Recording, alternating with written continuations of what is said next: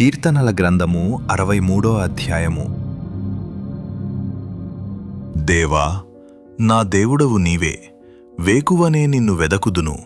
నీ బలమును నీ ప్రభావమును చూడవలెనని పరిశుద్ధాలయమందు నేనెంతో ఆశతో నీ తట్టు కనిపెట్టియున్నాను. నీళ్లు లేక ఎండియున్న దేశమందు నా ప్రాణము నీ కొరకు తృష్ణగొనియున్నది. నీమేది ఆశచేత నిన్ను చూడవలెనని నా శరీరము కృశించుచున్నది. నీ కృప జీవము కంటే ఉత్తమము. నా పెదవులు నిన్ను స్తుతించును.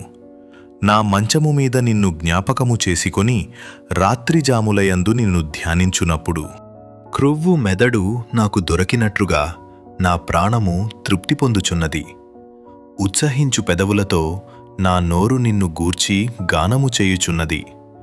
కాగా నా జీవితకాలమంతయు నేమీలాగున నిన్ను స్తుతించెదను. నీ నామమును బట్టి నా చేతులెత్తెదను.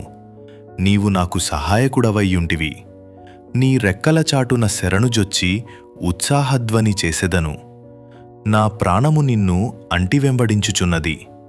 నీ కుడిచేయి నన్ను ఆదుకొనుచున్నది. నా ప్రాణమును నశింపచేయవలెనని వారు దాని వెదకుచున్నారు. వారు భూమి క్రింది చోట్లకు దిగిపోవుదురు. బలమైన ఖడ్గమునకు అప్పగింపబడుదురు.